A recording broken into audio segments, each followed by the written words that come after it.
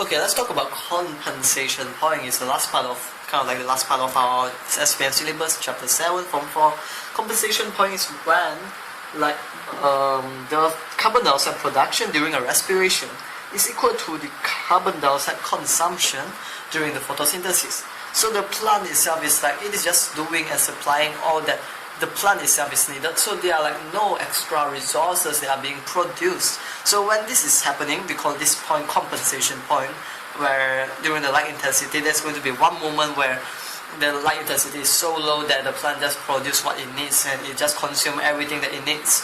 Yeah. So that is what we call compensation point, that light intensity. If the light intensity, we were to stuck in that light intensity forever, that's as in the sunlight just stay in that intensity forever, there will be no growth and development in plant, because all of the energy they produce are required for their respiration, because all the oxygen will be all used up, means that eventually they will all die.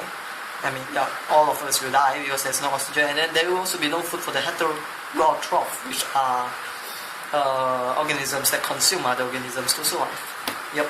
Let's talk a little bit about the chart when it comes to the amount of oxygen and amount of carbon dioxide, which is this chart that you can see frequently. When you're writing an essay for this one, you just need to write 3 important points, which is the percentage, compare the percentage of oxygen and carbon dioxide at all the moments. Then you talk about the light intensity, whether there's a strong or a high one.